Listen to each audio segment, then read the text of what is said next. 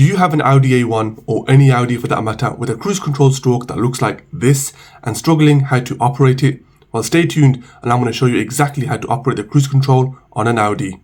The cruise control stroke has 4 settings: off, cancel, on and resume. And when the cruise control stroke is furthest back towards the dash, this means the cruise control is currently unactivated. To activate it, pull it towards you. This now puts it in the on position. You then drive to your desired speed, and at the end of the stroke there's a button, and next to that it says set. Press that button. This now activates the cruise control at that desired speed.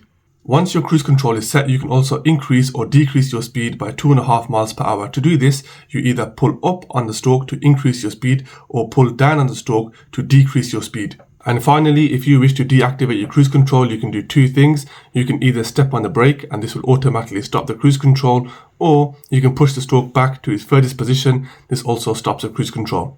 As you can see, guys, it's very easy to activate cruise control on an Audi A1 or any Audi for that matter. I hope this video was helpful. Please like, share and subscribe for more videos.